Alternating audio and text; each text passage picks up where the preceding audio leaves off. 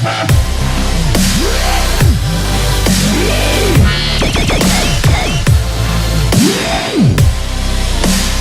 people, welcome back. This is Shrikant Ryle from actorspace.com.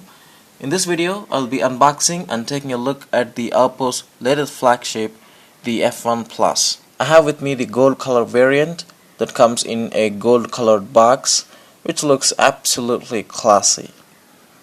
Now here it says F1 Plus Selfie Expert. Now on the top we have Oppo logo and Vivo LTE graphic, which indicates that this device supports voice over LTE. On the sides we have absolutely nothing apart from the brandings. On the back, however, we have a couple of specs mentioned, including 16 megapixel front camera, 4 GB of RAM and 64 GB of internal storage. It has support for the fast charge and of course a fingerprint reader as well. The device sports a 5.5 inch. Now let's open up the package. Okay, we have plain white box with a silver shiny Oppo logo all around it. Good touch that. If I can open up this flap, it is a bit tight though, The first thing is the SIM ejector pin that is attached to the cardboard, and inside which we have a couple of documentations about the device, the quick start guide, the warranty booklet, etc. Now this is the device. It looks like it has back cover installed on it, but we'll come to that later. Now going further in, we have USB to micro USB cable, which is green coated, of course to let us know it supports flash charging, and the cable seems long too. So next are these earphones, which doesn't look premium at all, and they are not even in-ear type earphones, so don't expect great sounds from it. Now the charger or the adapter looks nice, a bit heavy though, but it comes with 5 volts 4 amps power transfers and the Oppo's own VOOC flash charge technology that should charge your device from 0 to 100% in just 45 minutes. Now I'll keep everything aside and now take a look at the device itself. The device comes with a pre-installed transparent back cover, which is a good touch from Oppo. Now at the back we have these antennas, which are quite reminiscent of an iPhone, which is not necessarily a bad thing because the user seems to like it this way. In fact, everything about this device looks premium like an iPhone does. Like the front, the back, the display, and even the UI layout looks like it's borrowed from an iPhone device.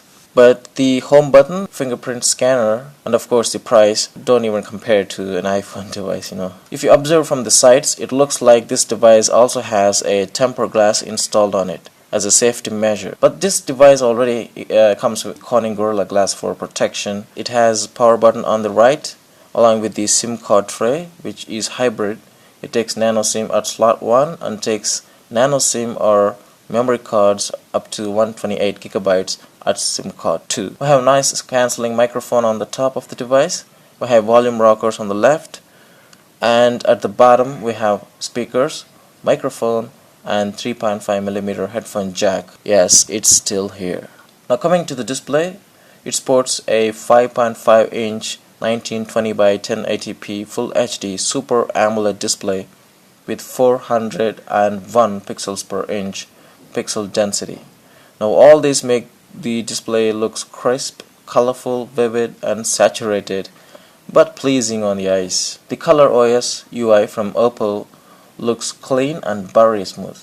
The phone comes packed with MediaTek MT6755 Helio P10 octa-core processor, which is clocked at 2 GHz, and a Mali T860 MP2 GPU. It has 4 GB of RAM and 64 GB of onboard storage. It has support for memory cards of up to 128 GB.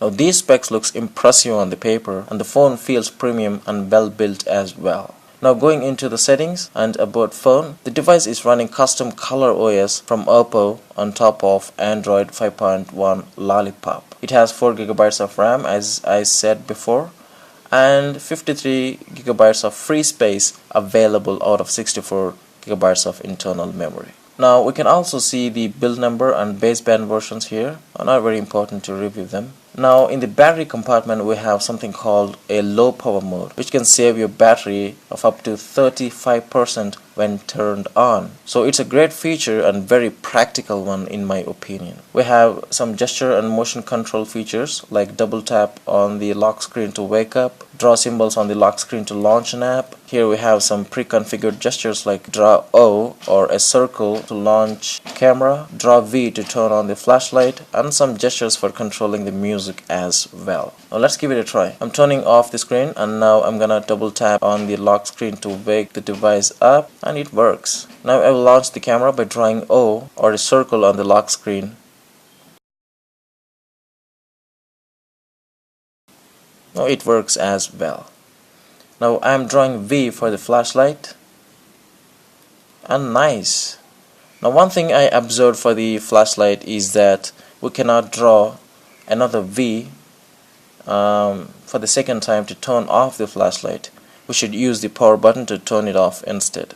We can add customized gestures by tapping on the option called add off-screen gesture, where we can use some inbuilt gestures or draw a gesture of your own and then select an app to link to that gesture. Now I'm selecting an app using a gesture which looks like A with no dash inside it, and then selecting the phone app to launch it from the off screen.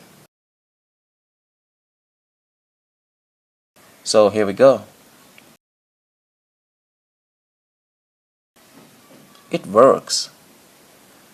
We also have some quick gestures, smart call, cover mode, which uses gestures controls that uses the proximity sensor of your phone. Now you all know how a cover mode works. It just displays a part of the screen on top. We also have a fingerprint scanner, and it's very straightforward to set up and use it. But the only thing I don't like about the fingerprint scanner is we need to press the power button or home button and then scan the finger to unlock the device. It would have been a nice feature if they have integrated both wake up and unlock features in just one tap, that is by scanning the fingerprints. Now we have 2.42 gigabytes of free RAM available out of 4 gigabytes of RAM, which is more than the half of the full RAM free. So that's a great news for if you're a great gamer or a hardcore Android user. The opening and the closing of the apps is a breezy experience just because of that free RAM there. Now coming to the camera, it has 13 megapixel main camera with dual tone LED flash that records videos at 1080p at 60 fps. Now we have tons of camera features including face detection, autofocus, SDR, panorama, etc. The image taken from the main camera looks sharp with nice detailing even in the low light here, and the colors just pop out. Now coming to the front-facing camera, it sports a 16 megapixel front-facing camera, which makes the device a selfie expert. This is indoor lighting, so don't judge the quality of the pictures from this video, guys. We'll surely update you guys with the camera pictures and video samples probably in the next video. So that's it for this video, guys. Once again, thanks for watching. Please subscribe if you haven't already, and take care. Peace.